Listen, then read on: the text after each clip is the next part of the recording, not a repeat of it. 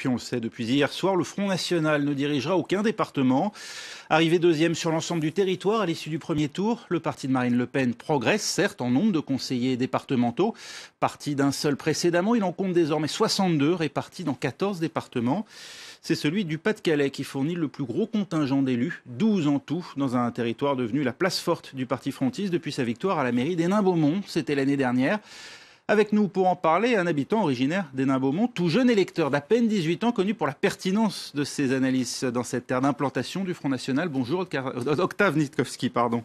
Bonsoir. Vous êtes fait connaître à travers votre blog. Vous êtes aussi l'auteur de la collection La France perd le Nord. Vous vous attendiez à ce que le Front National prenne le Pas-de-Calais ? Ah oui, bien sûr, là, le Front National a été un peu déçu dans la mesure où il ne remporte pas le département du Pas-de-Calais, mais remporte quand même 6 conseillers départementaux, donc ce qui est quand même pas négligeable dans la mesure où il partait de zéro.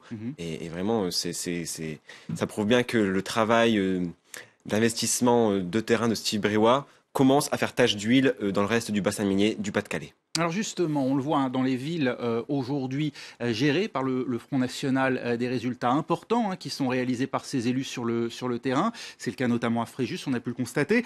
Comment la ville d'Hénin-Beaumont, par exemple, est-elle devenue un laboratoire de la stratégie électorale du FN ? C'est à force de justement l'investissement de Steve Briouat, qui est candidat à Hénin-Beaumont depuis 95 sans discontinuer. Il est en campagne permanente là-bas. Il a réussi à mener un travail d'implantation territoriale vraiment abouti, un maillage territorial vraiment abouti.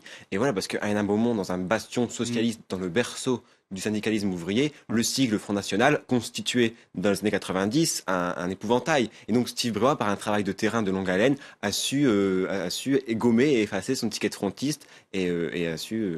Une gestion de la ville qui, en un an après, porte déjà ses fruits. On voit des résultats concrets et positifs pour les habitants. Pour l'instant, le bilan sera tiré au bout des 6 ans de mandat de Steve Briouat. Mais pour l'instant, ce qu'on constate, c'est que Steve Briouat mène vraiment une politique d'apaisement. Il se sait observé par tous les journalistes de France et de Navarre. Et donc, il mène une politique de bon gestionnaire, sans sursaut, sans provocation. Et c'est ce qui semble convenir pour l'instant aux habitants, dans la mesure où ils ont renouvelé la confiance au FN à l'issue des départementales. Vous l'avez rappelé, Hénin-Beaumont, situé dans le Pas-de-Calais, une terre ouvrière, une terre historiquement de gauche, socialiste et communiste. Ce sont ces électeurs-là, d'anciens électeurs du Parti communiste, dont on se souvient qu'ils réalisaient des scores extrêmement importants jusqu'au début des années 80, des scores à 2 chiffres, parfois supérieurs à 20%, qui aujourd'hui nourrissent l'essentiel des troupes du Front National dans ces terres ouvrières. Oui, bien évidemment, on parle beaucoup, là, au lendemain de ces départementales, de la porosité entre le vote UMP et Front National, mais dans le Nord-Pas-de-Calais, c'est avant tout une porosité entre un vote de gauche, un vote ouvrier, populaire, qui a été séduit par Marine Le Pen et Steve Briouat, parce que Marine Le Pen a su,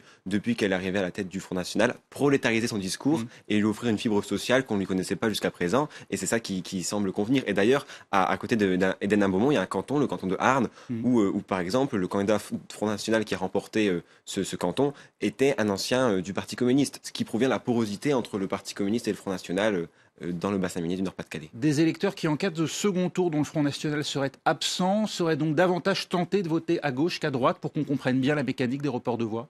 Donc non, par exemple, dans le Nord, dans le département juste à côté, voisin, il y a eu beaucoup de second tours UMP, FN, et donc les électeurs de gauche ont beaucoup voté UMP. Il y a eu un report massif sur les votes UMP par logique de sursaut républicain. Mais dans le Pas-de-Calais, où c'était beaucoup des second tours gauche, Front National, il y a eu beaucoup de gens qui ont voté venant de la droite républicaine, de l'UMP, qui ont voté Front National sans complexe. Le sens de ma question, c'est qu'on y pense évidemment dans le cadre d'une présidentielle. Et on l'a vu au premier tour, les jeux semblent beaucoup moins faits qu'on ne le pensait. Beaucoup de sondages prédisaient Marine Le Pen en tête d'une éventuelle élection présidentielle. Ce n'est plus forcément le cas aujourd'hui.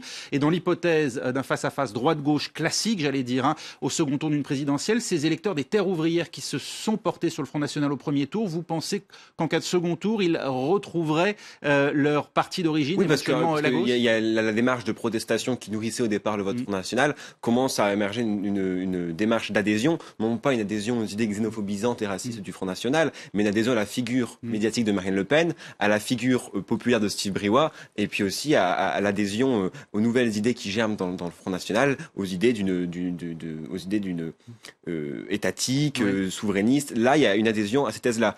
Mais pas aux thèses. Ça n'en fait pas des électeurs de droite classique pour non, autant. Bien évidemment, non. Voilà. En décembre, le Front National tentera de conquérir la toute nouvelle région Nord-Pas-de-Calais-Picardie. Quelles sont ses chances d'après vous ? Écoutez, ses chances sont vraiment...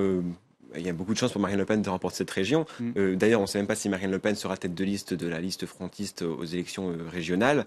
mais tout dépendra de la tête de liste justement. Mais et voilà, la tête de liste socialiste, au cas où Martine Aubry décidait mais finalement là, ça a été les socialistes, c'est pas Martine pour Aubry l'instant, qui sera, c'est Pierre de Saint-Aignan qui sera tête de liste socialiste au régional. Mais moi, je pense que voilà, Marine Le Pen a toutes ses chances dans la mesure où j'ai remarqué à Hénin-Beaumont et dans le Bas-Séminier que le Front National avait la capacité d'engluer ses électeurs. Une fois qu'un électeur auparavant socialiste a franchi le cap psychologique de voter Front National, il lui est difficile de renouer avec un vote plus traditionnel et il reste comme il ne peut répondre qu'en définitive aux sirènes lepénistes dès qu'elles se présentent à lui et c'est en ça que Marine Le Pen a toutes ses chances. Et d'ailleurs, là, dans la mesure où le scrutin des régionales est plus favorable au Front National, Marine Le Pen a toutes ses chances parce qu'au départemental, il faut dire que c'est non seulement un scrutin de notables, mais en plus majoritaire à deux tours, ce qui empêche le Front National de remporter les élections. En plus, quand on sait qu'au régional, il y a une prime au premier.